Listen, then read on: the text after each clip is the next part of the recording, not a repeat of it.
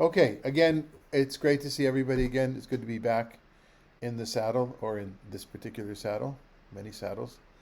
Um, it was a good trip, exhausting, as these trips seem to be every year, even more exhausting. But I was, uh, besides being at the Society for Biblical Literature conference, which was the first thing that went into the calendar, I spoke at a synagogue in Brookline, Massachusetts. Rav Claudia Kreiman is one of my cherished students for many years, been a role model to our own daughters as well. She's been there for 20 years and just an amazing congregation. And I was speaking there over the weekend, um, over Shabbat actually. And then there were a number of sessions that were devoted to the honor of Fox, who edited this commentary that I'm using. But there were other things going on at the same time, and I couldn't get to it. So I can't, I thought for the sake of all of you, I should maybe do something in Proverbs. But there were other things that either I knew the lecturer or it was material that was closer to my heart. Um, I think I realized in going to this convention that has thousands of people, and it's not just the Society for Biblical Literature, it's also the the Academy for Jewish Studies, maybe AJS. Um, no, Association of Jewish Studies. Anyway, no, of Religious Studies, Association of Religious Studies. So there were other things there as well that some of them were fascinating. In particular, a session that had a number of speakers about college curriculums and anti-racism. How anti-racism can be brought into, or how racism is fostered by college curriculums having to do with biblical literature. We're all Christians involved, um, and it wasn't the kind of academic level that I'm used to. It's a different style. It was less humanities and more social studies. If those of you who have an academic background, the difference is, I'm oversimplifying. The difference to me is that in the literature that I was trained on, the secondary literature that I look at, there are very dense footnotes, and there's a bibliography at the end where you can look up where the sources of those footnotes are from. In the social studies, there's more like there's parentheses after the sentence of whose study that's based on. It's a different approach. To me, it's less. It feels to me in a very subjective way less serious. Of course, it's not less serious. It's serious in a very different way, and so. Um, for instance, one of the presenters at this racism session was a woman in her 20s who would finish her master's degree, and she was basing her studies on her own experience. To me, that was pretty subjective, and yet that's a story that should be told, needs to be told. Um, yeah, interesting stuff. Anyway, and I reunited with an archaeologist friend, an Italian archaeologist friend I haven't seen in 20 years. That was a wonderful, wonderful surprise. Okay, and then I went to Israel. The reason I went to Israel, and we added another 2 weeks onto that, was I was honored by the Israel AIDS Task Force, and it was very touching. And I'm really happy I went. If I had any doubts about it, of course, I got to see the grandchildren and our daughters as well. But to be back in that world of HIV/AIDS and the outreach that some of us, too few of us, did in those days in the 90s towards that community in Israel as rabbis, as people of faith, of the religious side of Israeli culture. It was good to be part of that again. Okay, so we're back to this particular unit, which is a well-defined unit. It's defined graphically by the Parshiot Ptuchot, the end of the line left open. There's three of those here. You see it in the Hebrew in the Pei, and the content as well. When we finish this section, we'll have a larger section, which is usually called Hezekiah's or Chizkiyahu's wisdom, and we'll get to that then. But this is again a collection of maxims that are really, their connection is in the title itself. In Hebrew, Gam Ele Lechachamim, and these also are by the sages, are of the sages. Doesn't say which Chachamim. Before we'll get to actually read it, because the preface to the whole unit, um, to the more traditionalists that already starting from the Septuagint, the Greek translation, and other medieval rabbinic interpretations, they phrase this in a different way. They said, "And these things I also heard from the sages, or I heard from other sages." That's one way. That keeps it in Solomonic authorship. It still means that King Solomon could be the author. It says, and as opposed to what we've been approaching this all the time as this is somebody later on that collected a lot of things and put part of it in the name of Solomon. Um, Mhm. so that's one way. Although we'll see a different interpretation by Rashi in a little bit. So why don't we begin? Manny, you're right in front of me. Could you read for us 23 to 27? These also are by the sages. It is not right to be partial in judgment. One who says to the guilty, "You are innocent," shall be cursed by peoples, damned by nations. But it shall go well with them who decide justly. Blessings of good things will light upon them. Giving a straightforward reply is like giving a kiss. Put your external affairs in order. Get ready what you have in the field, then build yourself a home. A few different things together. I grouped them together because of the pay, as I mentioned, the scribal tradition. But another way of dividing this would be just the first three verses until until Birkat Tov, until decide justly. I'm sorry, till blessings of good things will light upon them, and that has to do with justice. And then the next two lines has to do with honesty. And one of the things that happened in Israel, I was very proud of myself. I took public transportation. My family does not believe this, so I actually took videos of myself taking public transportation because they believe that I'm too spoiled to take public transportation. But the fact of the matter is, if you are 65 and older in Israel, public transportation is free. How could I not go on the bus for free? Anyway, but in the jumbo, in the bus, whatever, I lost my reading glasses. So I'm having a little bit of challenge here, and I'm waiting for new ones to be made. Um, so I may put on these sunglasses. I apologize. These are those kind of reading glasses as well. Okay. Um, so honesty is that second grouping, and then the third grouping has to do with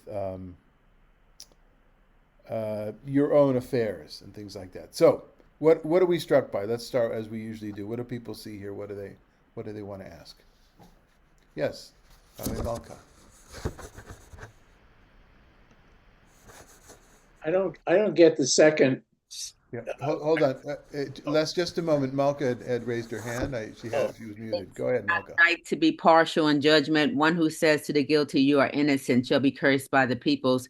It reminded me that after Jethro told Moses to appoint judges to help him, that this is what Moses told the judges that he appointed, that they couldn't be, that they had to be impartial in their judgment and don't care whether a person's rich or poor, judge with equity.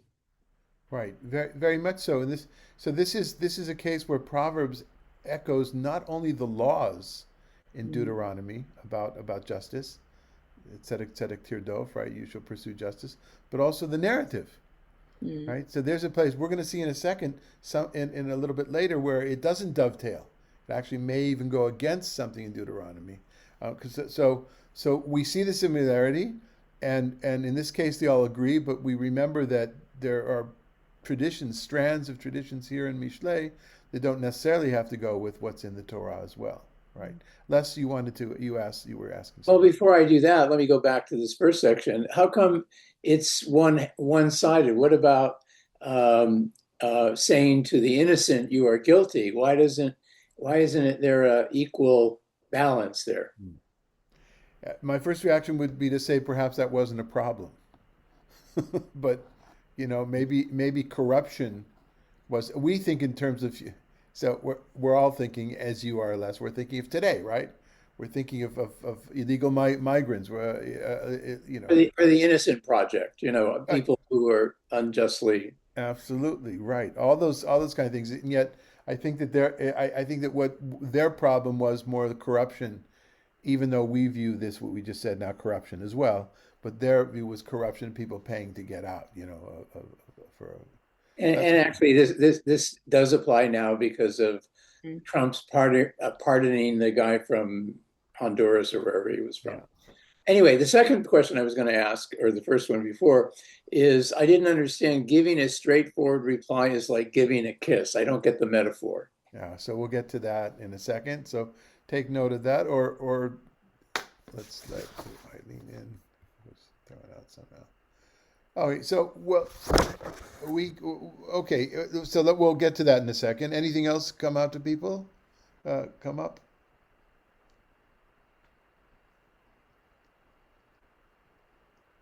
I didn't understand the context of put your external affairs in order. I didn't see how that fit. Okay, good. Okay, so before we get to this Fatayim Mishak, the kissing lips in a second, it's the first section of this, let's say the first 7 lines, because, yeah, the first first 7 lines. Pretty straightforward, except for there is a, we'll see who this is in Rashi in a second has a different take on this, but this term that's in bold here, ulemochachim inam, encouraging people who shout out against injustice, or who oh, you know, what's the word that's given here?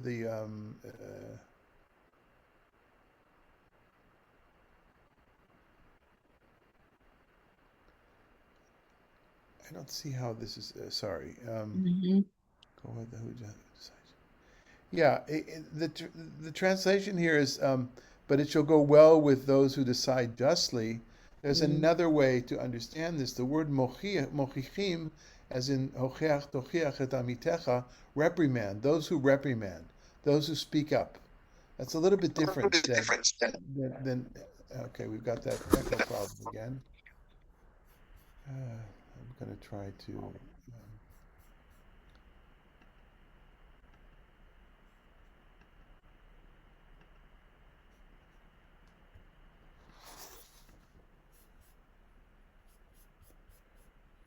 Madalena, it's not letting me turn off the original sound for musicians. To use Which one?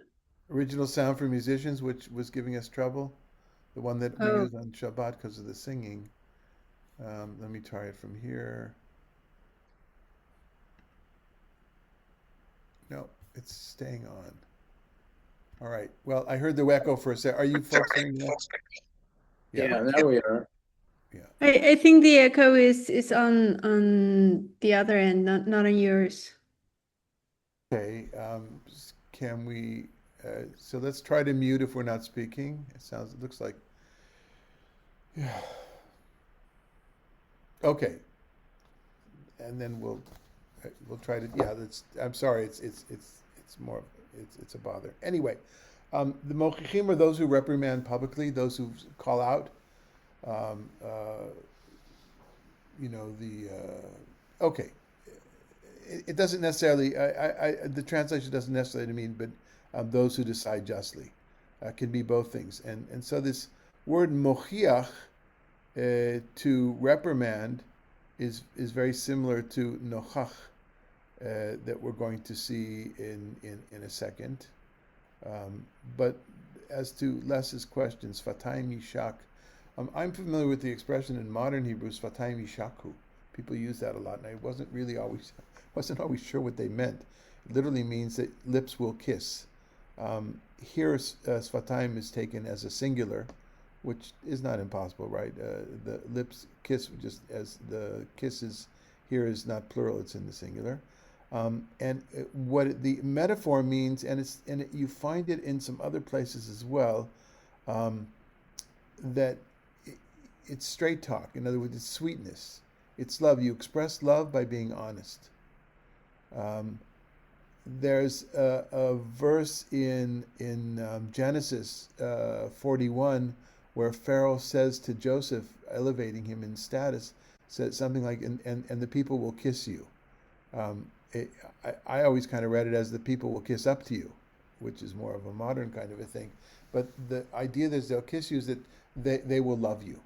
They will love you. You know, the same way that we do with our mouths or kisses at the end of a thing. I think that's what it is. And because it's and because it's dealing with the mouth, the person who speaks clearly speaks uh, in a straightforward way. Therefore, the metaphor of kissing with the mouth. Does that make any sense to you, Les? Or not yet? Oh, you're on the phone. Okay. All right. That was Les's question. And then finally, Malka, you're asking about this last thing here. Maybe we'll let the rabbis help us, and then we'll go back to and see if it's the same as the pshat, or in what ways the rabbinic understanding is the same as the simple meaning. So, um, Rabbi Malka, if you could read for us, let's go through the rabbinic material. If you could read Rashi for us first. We're talking now about the first opening lines that we understood here, as do most modern commentators, or all modern commentators. These are also by the sages, these words. What does Rashi say? Just unmute, please. Rashi, these two are for the wise. All the statements in the following section are addressed to the wise who sit in judgment, that they should not show respect to persons in judgment, for it is not good. Right. So it's a slight change, but the words can mean that. It all has to do with that lamed, right? Gam ela, these two, meaning these words as well, are either to the chachamim, to the wise people sit in judgment, as Rashi, or, which is probably simple meaning of the text, belong to the words. It's very similar to Mizmor le David, right? It's a song that is a song that belongs to David, but also a song in honor of David in many of the Psalms. Okay. Do you want to read the next one also, please, Malka? Babylonian Talmud, Talmud 28a. It is taught that Rabbi Yehuda Hanasi says, which is an upright path that a person should select for himself. One should love admonition, for as long as there exists admonition in the world, pleasantness comes into the world. Goodness and blessing come into the world, and evil departs from the world, as it is stated, quote, but to those who admonish shall be delight, and a good blessing shall come upon them. Proverbs 24. So a culture of criticism, of admonishment, is a culture that brings about love. Very not like much of American culture. I can remember, I think probably my first summer as running a youth program from LA, which I'm sure I've mentioned before was an important part of my early career. For 4 summers, I had 150 kids from LA, 16 and 17-year-olds. They came to us for 8 weeks, I think. For 8 weeks, we were based in Petach Tikva. We showed them Israel, not all of Israel, but much of Israel. And we had Hebrew classes and Jewish or Zionist history classes. They got credit for it in California. State of California gave them credit for taking the courses, especially they were interested in the language credits. So it was a popular program. Doesn't exist anymore. And the first summer, I had a rabbinical student who was just tired all the time. He was making mistakes. I knew his heart was in the right place. I knew he had a lot to help, a lot to really impart to the kids. And so I called him in and I kind of yelled at him. I said, "You got to get more sleep." He says, "David, usually he says, in America, when you're called into your boss, and they start with some sort of praise before they give you the criticism, and then they end with praise." He says, I said, "Well, you know what? It's a good thing we're not in America." That was the old David Lazar. That was the Israeli part. I don't have time for your nonsense. This is what you're doing wrong. Fix it. Well, by the way, we're very, very good friends. We're very close friends today, and he's a wonderful, very successful rabbi. And I'd like to say that I think perhaps I've learned a little bit about that. But this is the attitude. The attitude here is that no, embrace criticism. Yes, Malka. Just wondering, since this text is from Talmud, What does this text in its context have to do with the Talmud offering? You know, I love the fact that you think that I actually know Talmud so well that I know the context of these out of context. That is so complimentary. That's a compliment. Now you can give me the criticism. What, you don't know? You didn't look up the context, which of course I should have, right? I don't know. Don't have the answer to that. Sorry. I'll look it up for next week. Okay. Um, so this is, this kind of thinking, Talmudic thinking, which I found first when I was a kid, a teenager, learning Pirkei Avot. This thing leads to this thing leads to this thing, or Pirkei Avot being wisdom literature. It brought me into a philosophy and even a theology of create what I just began to call creating culture. It's not about, and I said this as soon as I was a rabbi and people were looking to me for guidance, what they thought perhaps was authoritative. I've always tried not to be the authoritative rabbinic teacher.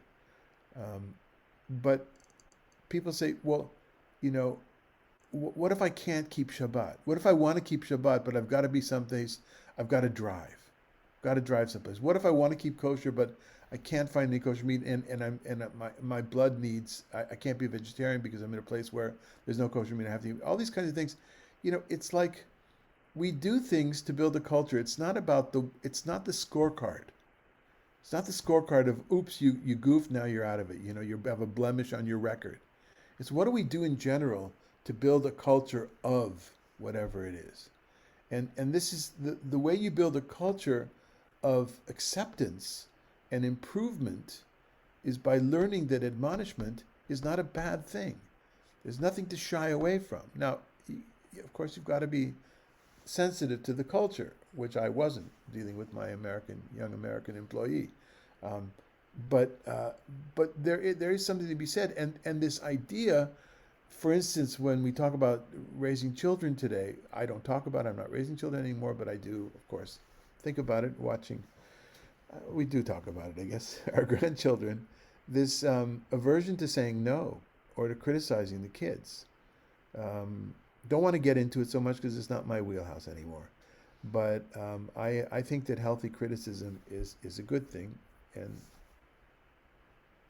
yeah, that's what I would endeavor. Comments or comments on that or questions on that. We're an agreeable group today. Boundaries are important.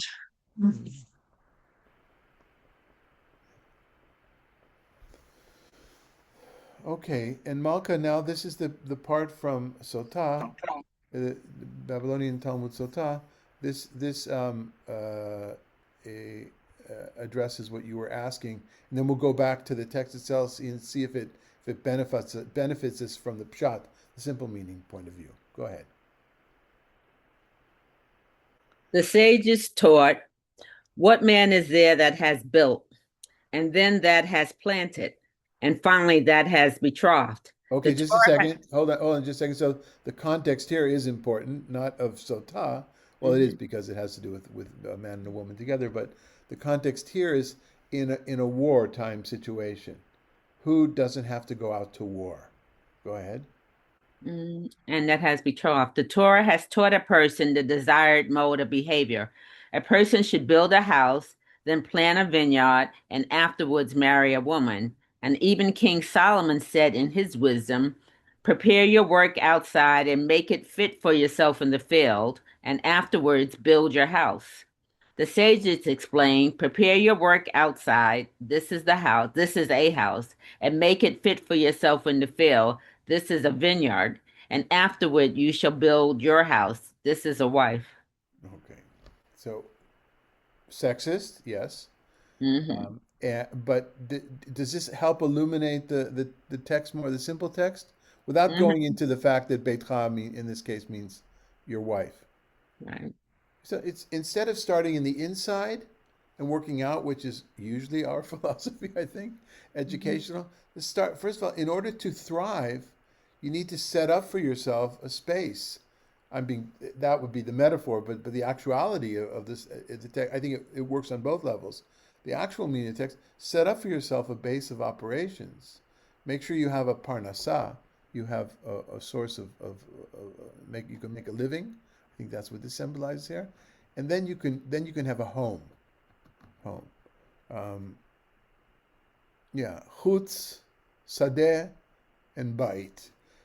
We may have said this before. There is a disturbing phenomena in Talmudic language that beito shel adam, literally his house, a man's house means anybody? His progeny? No, his wife. Oh, his wife.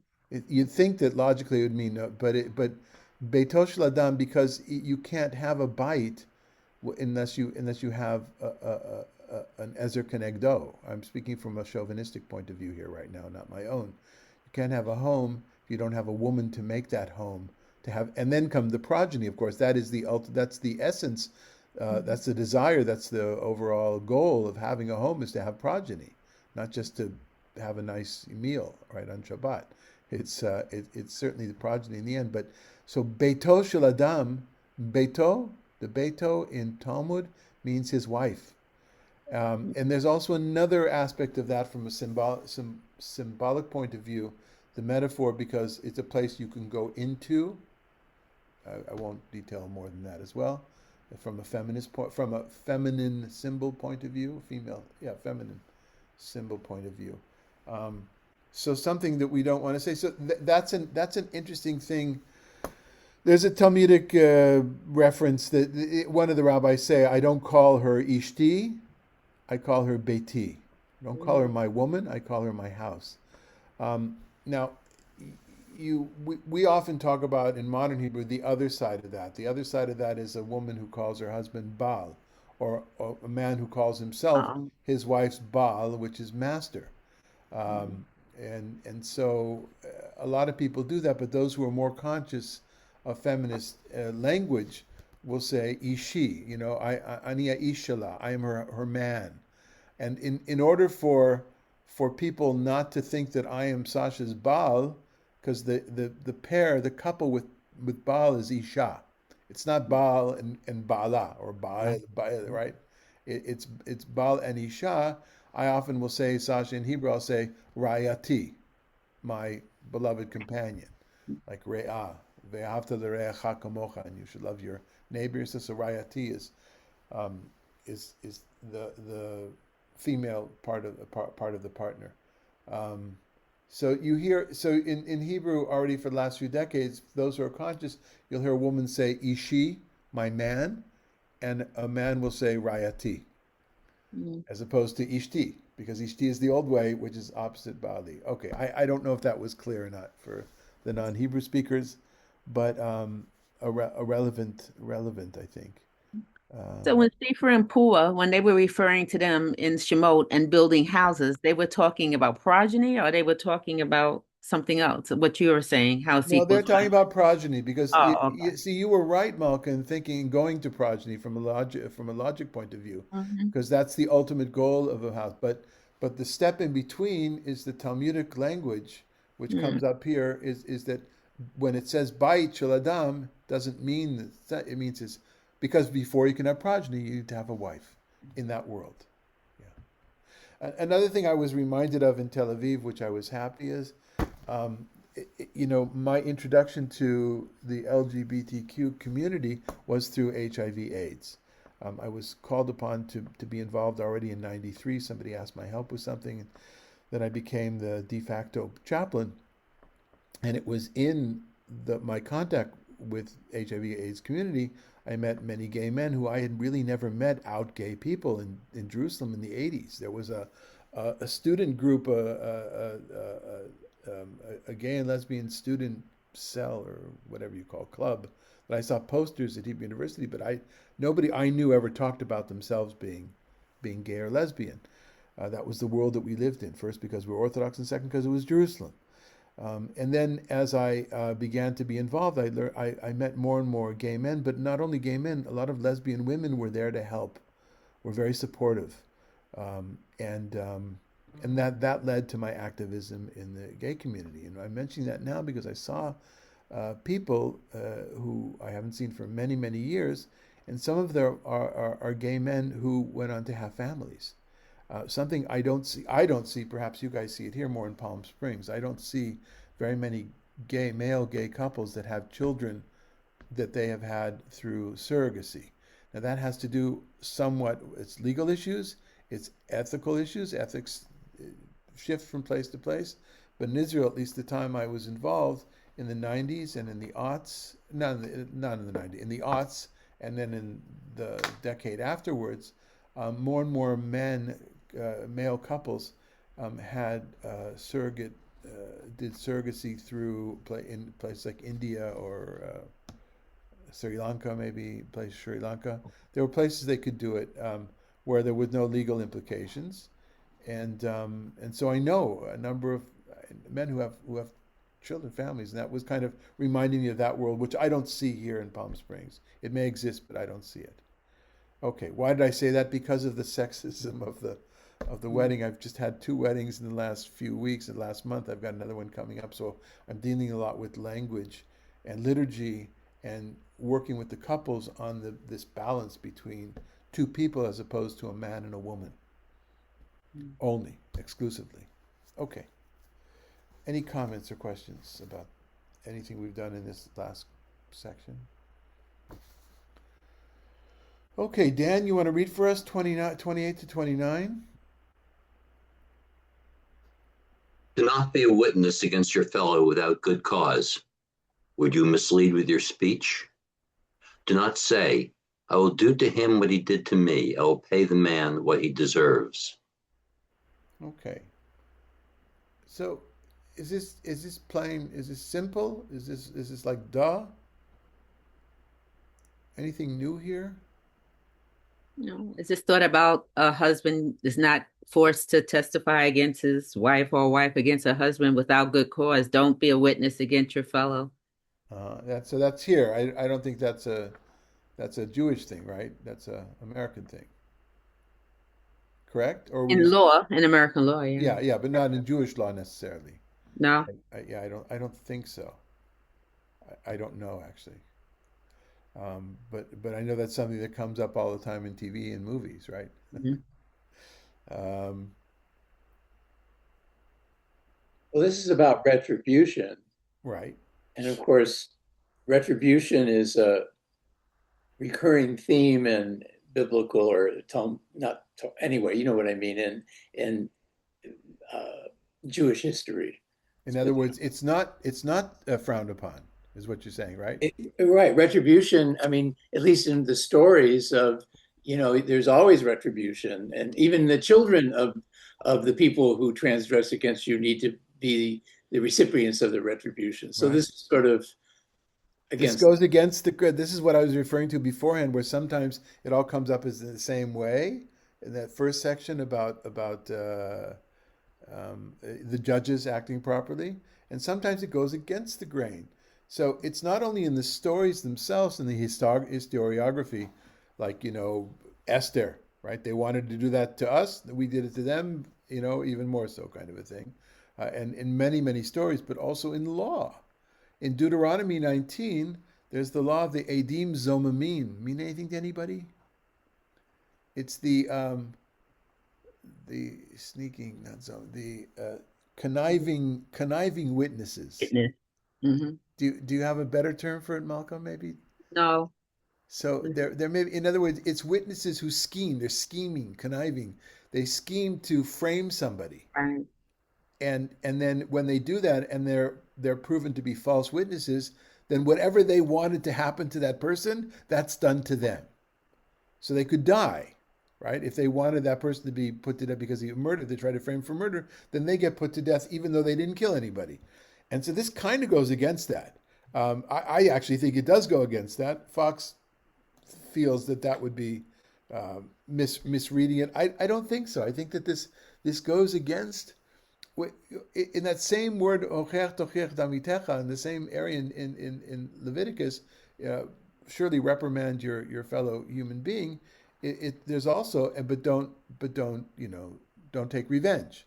There is that issue of not taking revenge in a petty way, but another story I'm sure I've told many times. But when my good friend Rev Kev, we were having lunch after the thing, or when the things were happening at that other place that some of us used to be at, and I was really angry and kind of wishing upon them that the whole thing, that whatever, wishing bad things on them, as one does, and Kev says to me, "Now, Rabbi, remember what Scripture teaches us." And I said, no, you mean turn the other cheek? That's your Scripture. We Jews, we totally get revenge. We totally rejoice at the downfall of our enemies, even though we have verses to say against it, but yet it's there. It's there. So this may not go. So any comments on the simple meaning text before we get to the medieval What, commentary? what I'm hearing in this is stick to the matter at hand and don't bring past resentments into the issue that's before you. I think that's really good. Yeah. Yeah. And that's a problem that comes up all the time, right? Somebody will say something in the political rhetoric of the last few days. They say when they'll bring up something they'll catch on one word which enables them to connect it to something which really is not related at all. Or you find yourself reacting out of all proportion to an incident that's happening right now, and you realize later that's not what you're reacting to. You're reacting to personal history. Right. Exactly. Yeah. Good point. So speaking of us being aware of ourselves, of our behavior in the way that Dan just described, we have this literature called Musar literature. We brought it up a few times. Ethics literature. It's become very popular, or it's become quite popular. It's become more popular than it was in liberal circles in the last 20 years or so. Sometimes some of you will tell me, "Oh, I'm doing this online course, Musar. I'm accredited as this kind of thing." I'm not drawn to that literature so much.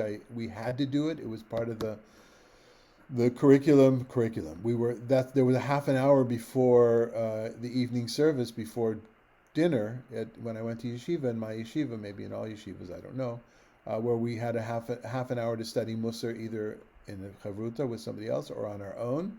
And the typical books at the time were Mesilat Yesharim, which we're going to see later on, and Chovot Levavot, duties of the heart. They're from different time periods, but the Musar movement is something that it was a 19th century Ashkenazic phenomena, kind of in the world of the Misnagdim, those that were against the Hasidic culture.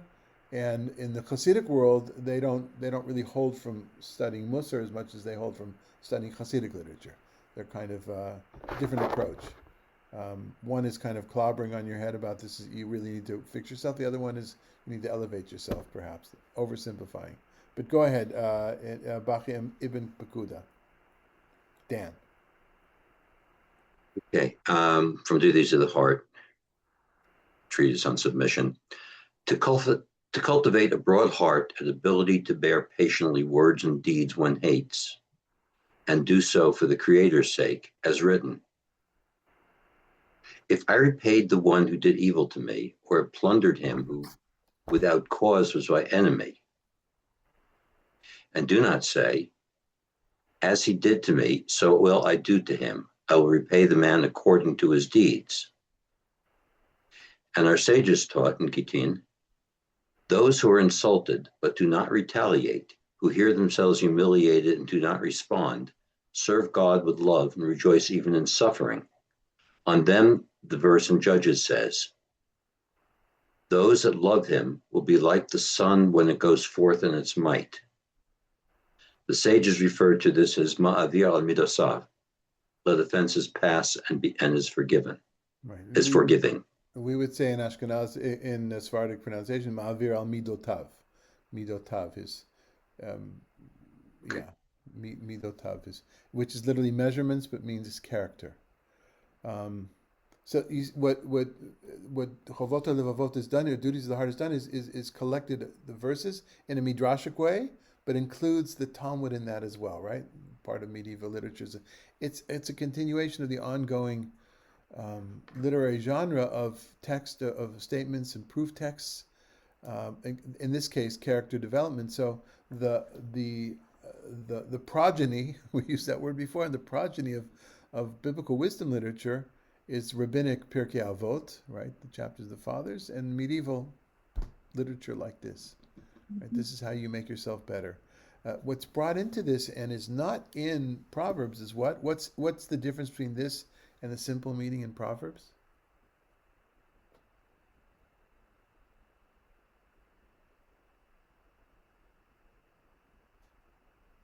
I don't understand your question.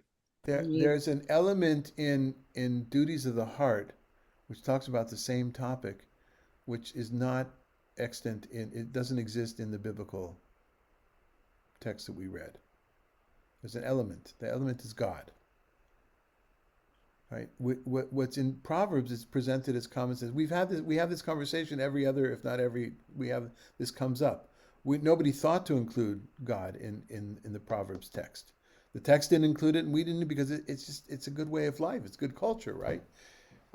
It's yeah, but what you do by doing this though, if you do swallow the insults and do not retaliate, you're worshiping God. You're serving God, and that's something for each of us to explore. What does that mean vis-a-vis our understanding of God? What about an eye for an eye and a tooth for a tooth? Well, as you know, in rabbinic literature, that was undone, Right. right? And even according to Professor Greenberg of blessed memory, even then it was only in opposition to the earlier where if you were a servant, if you were a slave, you poked out an eye, you would die. And if you were a noble person who poked out an eye, nothing would happen to you if it was a slave. So, um, but yeah, and we know that hasn't been taken literally, certainly since rabbinic literature. Um, and the different voices are heard. But what's I think what I want to say here, maybe this is Aliba, according to Art Green, who I was lucky to have some time with. We went to sit with him a little bit in his home. He gave me his new book. Haven't read it yet. I'll let you know how it is. For those that are not present Friday nights, I often quote my teacher Art Green. He puts out a weekly Torah of himself. Some of it is translations of Hasidic masters that he's done, many, many of them. And some of it is his own, what he calls neo-Hasidic Torah literature. And so Art's thing in theological contribution is he's not unique and totally unique, but it's for us to understand the oneness of God as we're all part of that oneness. There isn't us and God, as is often in theology. There is all of us. We're all part of the us. And that's how I would read this paragraph here, is that when you recognize that you don't need to further the damage, to keep it going, to keep the fire burning, then you're completing that oneness of God. It's a different way of looking at it than eye for an eye. And it is a little bit similar to a cheek, turn the other cheek. Yeah. Okay. Let's go on. Let's see if we can finish up today. Who do we got? Megan, you want to read? 3034? 30:34. I passed by the field of a lazy man, by the vineyard of someone lacking sense. It was all overgrown with thorns, its surface was covered with chickweed, and its stone fence lay in ruins. I observed and took it to heart. I saw it and learned a lesson. A bit more sleep, a bit more slumber, a bit more hugging yourself in bed, and poverty will come calling upon you, and want like a man with a shield.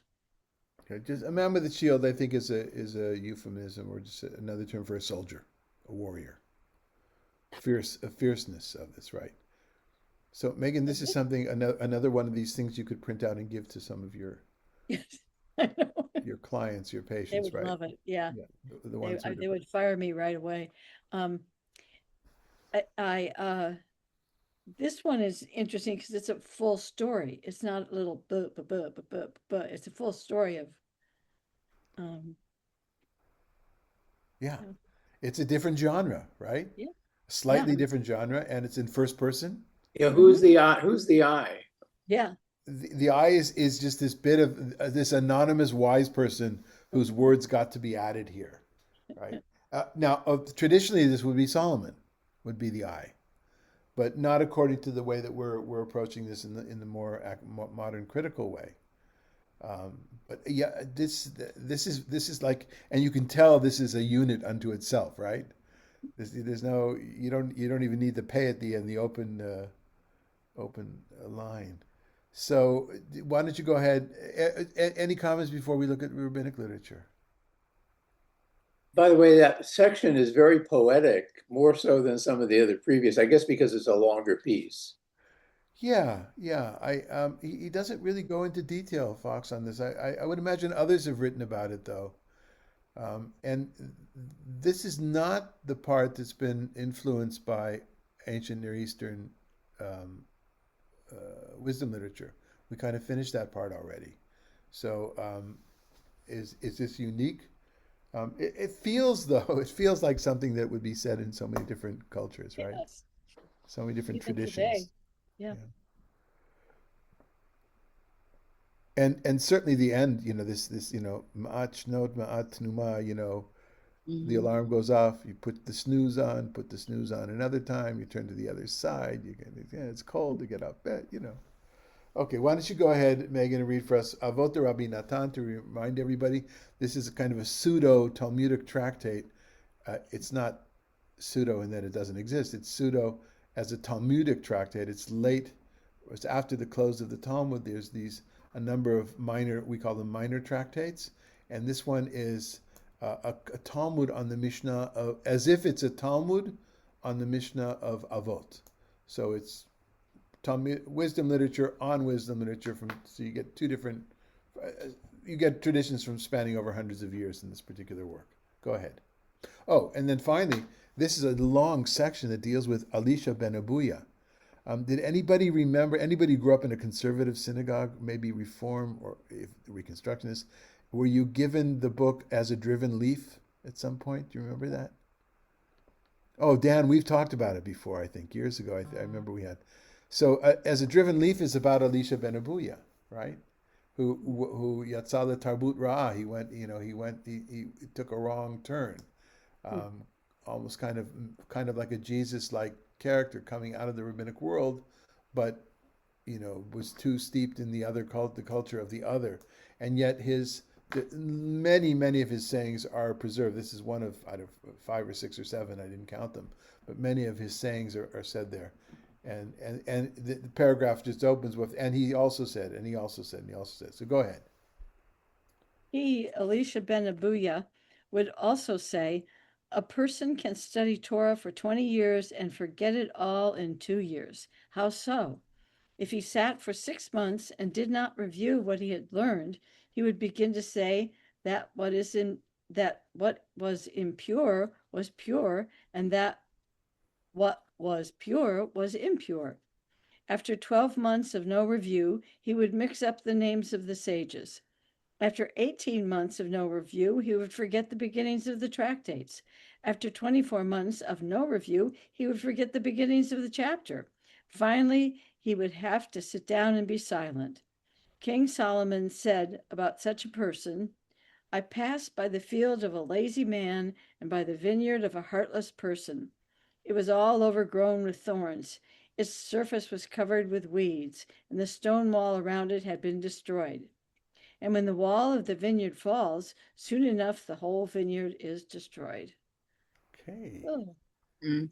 We get a snapshot here of the author, whether it's Elisha ben Abuya originally, let's assume whether it's him or whoever included this, whoever put the words down, we have a window into what rabbinic study looked like. There's a reflection here. Some of the more interesting. I went to a session about the sources of the Talmud, how the Talmud is aware of where the sources come from, not just orally what were their written documents, whatever. This is stuff that is beyond what I usually do, and it was very, very refreshing. And so I'm seeing that here in this here. You can detect from what happens at every stage something about the process of learning or even the curriculum. So, or no, more about the process of learning. The first thing to say is the most complicated things in the Talmud are the laws of purity and impurity. So that's why you forget those first. They're just super, super complicated. And then what comes after that is this idea, and a lot of these things are connected to monomicism, to remembering different. Mnemonic. What's that? Mnemonics. It's Yeah. either word, you know. Right, in how we learn, because one of the ways that we retain memory or was retain memories, we remember who said it. There's a huge importance assigned to correct attribution in rabbinic literature, right? The famous dictum is the one, if you Haomer b'shem omro, the one who says something in the name of somebody who said it brings salvation to the world. Redemption to the world. Geula, not Yeshua, Geula. Okay, so you mix up that. So the next thing is making a change, because that's part of how you remember all this oral literature. If you're not, you go over it over and over again. So first the most complicated details, then who said what, because that's how you remember things, by schools of thought and different sages. And then after that, how do you remember things? If Sid was with us right now, Sid and I, we from time to time we would mention that both of us remember from the first Talmudic tractate that we learned, right? So I mean, these are the things you find in public that you that you have to announce, that you, or these you don't have to announce. In other words, you can keep them for yourself. We both remember because that's the tractate. It's actually the second chapter of Baba Metzia, and for whatever reasons, I think because it has all the different elements of Talmudic discussion, that's the tractate you start with. And so many of us remember that. I don't know if anybody here went through that kind of education. You probably did in different ways, right? You remembered the chemistry for your pre-med studies, or whatever it might have been. And so then, so you'll forget the beginnings of the tractates, the ones you would know by heart, how to start the whole thing. And then afterwards, you will forget the beginnings of the chapters, right? It just slowly, your memory, the structure of memory is slowly disintegrating. And finally, you just have nothing to say, right? And, I think that happens. It's happening to me in my memory now. So that's how, and this idea. So the vineyard, it's not about life in general. It's certainly not about a vineyard. It's about study. It's about maintaining that element, which was so important for the Chachamim, for the sages. This is why iPhones are bad, because you don't have to remember anyone's phone number, how to get, it's you just look it up and you forget everything. But not only you have to look at sometimes, Siri, what's call so and so. You don't have to. It's not. You don't even have to look it up. Yeah. So absolutely, that is a huge problem. Another problem is that I see is the fact that we use digital texts and not the book. That's why I have so many books. That's why a lot of the books I have you can't get on Kindle, right? I can't get Fox's commentary. Maybe you can. I doubt it though. There's no market for it. But studying Talmud online is just not. It's not the same. It doesn't stick in my memory. I hear this from many people as well. As much as when you had the page and you remembered geometrically where it was. If I'm using that word, I was going to say geographically where it is on the page. You remember where it starts. Yeah. Yeah. I'm wondering. I wonder how this affects also younger people that are only exposed to digital text in finding their way in a Torah scroll, for instance, right, Dan? When we're scrolling through to find the place we need, so much that is based on how we remember the story and how it's shaped in the text, with open lines, with closed lines. Yeah. So interesting stuff from a memory point of view, a cognitive memory point of view. Okay. And it has implications for learning and education, obviously, too. Absolutely. Sure. Absolutely. Okay. And finally, who was reading? Megan, you want to read the last part? Now we're back to Musar literature from a different era, from the 18th century, but a book which is actually probably, I'm guessing, anecdotally at least, I think that this book is more studied than Duties of the Heart. It's shorter. It's only about this thick. It's has anybody ever studied Masilat Yesharim? A path. It's called The Path of the Just. Path of the Straight, Path of the Just. No, it was one of the early Musar books that was translated into English. It was already translated to English in the 70s. I remember seeing it. Um, and it's built in such a way that you're supposed to master a chapter or a midah, a characteristic, before you go on to the next one. So you don't read through chapter 1, 2, 3, 4. You read through 1, 1, 1, 1, 1, 1, 1. If you're done with 1, then you go on to 2. Then you go 1, 2, 1, 2, 1, 2. Then you go 1, 2, 3, 1, 2, 3. It's a very particular style of studying it. Anyway, let's see what Luzzato, interesting, right? Amsterdam. A lot of interesting Amsterdam stuff lately. Go ahead. What does he have to say? Go ahead. Behold, Shlomo repeatedly exhorted many times on this in seeing the evil of laziness and the greatness of harm resulting from it. He said, a little sleep, a little slumber, a little folding of the hands to rest. Then shall your poverty come as a traveler. Behold, even though the lazy person is not doing evil activity, nevertheless he brings evil on himself through his own inactivity. Right. Because he's dealing theologically with the problem of Sachar va'onish, of reward and punishment. And so you need to know that not everybody who is poor because they've done something wrong, or the earlier biblical levels, as Les mentioned before, because his parents did something wrong, right? He could be poor just because he's lazy. Now this is a problem, right? This is a challenge in the way that we speak about poverty today, especially when it comes to racial dissonance or racial poverty, right? Based on racial lines. Picking oneself up by your own bootstraps. All that language is very, very problematic, very challenging when it comes to where poverty is and where generational wealth is, right? So be careful when you use this in your therapy sessions, okay, Megan? Right. All right, folks. Any comments, questions before we end today? What is our schedule for the next couple of weeks? Yeah, one might think that we're not going to have class next week because of Jews Do the Blues, but on principle, I'm going to have it because we just missed too many right now. I'm around. If people are away for, I mean, are Wednesdays Christmas and New Year's this year? Christmas Eve and New Year's Eve. And so do me a favor, folks. Send me a note. Or do you want to raise your hand? Do people know they're not going to be available on those 2 dates? Or does the group want to put things off? What do people speak up now? Now's the time to speak up. I will not be able to attend next Wednesday because I'll be in Palm Springs and I won't have access to internet. Okay. Yeah. I'll be here. I'll be here. Christmas Day is my birthday. We're not going anyplace.